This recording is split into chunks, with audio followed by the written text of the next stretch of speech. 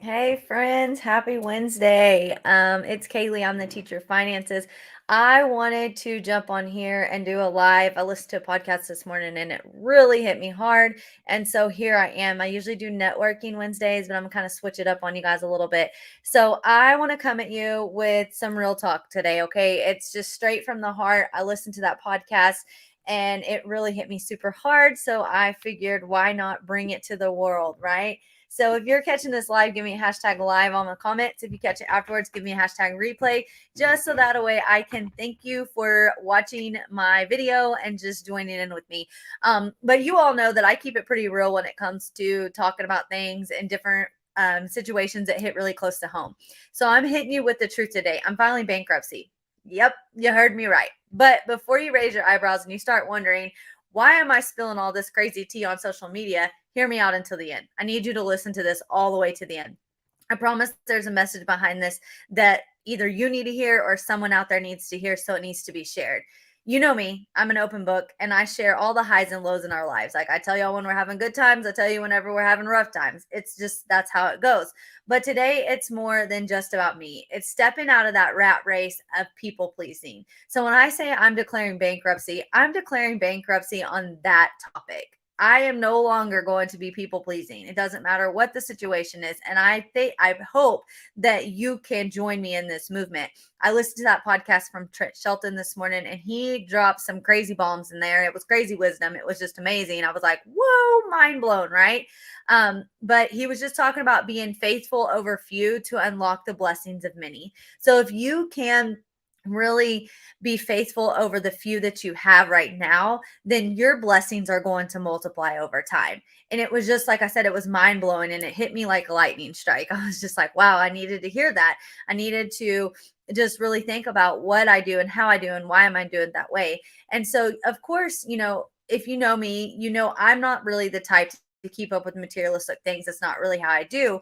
But there are people out there that like that, and that's totally fine. But when the money starts to roll in, or when you get a chunk of money or something that you weren't expecting, a blessing, what do you do with it?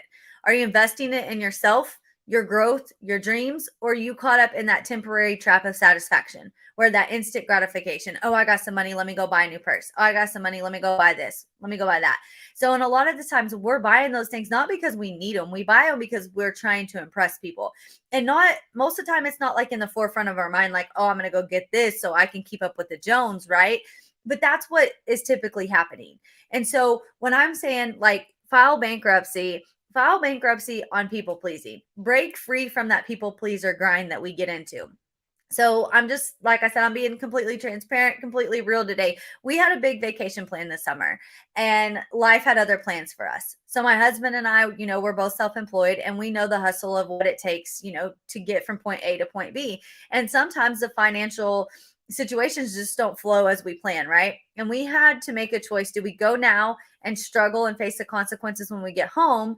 Or do we need to just sit back and wait for the right moments? So we canceled. And yeah, it was very hard explaining to our kids why we're canceling vacation. But we just, we were flat out honest with them and we explained like the situation didn't play out the way we had planned for it to. So we're going to cancel and then we'll make it up to you guys at a later date. It is what it is.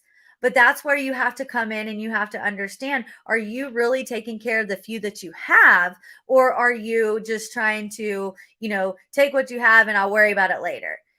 What situations are you embracing that could be avoided? So what situations are you doing in your life? What types of trends are you chasing instead of chasing your own growth or chasing your own investment in your own life? There's so many things that we spend money on or we invest in that we really, like I said, don't need. You don't need the fancy cars, the designer bags, or the big fancy houses to feel abundant. It's all about cultivating a rich mindset, nurturing relationships that you have in your life, and investing in your own self and your journey.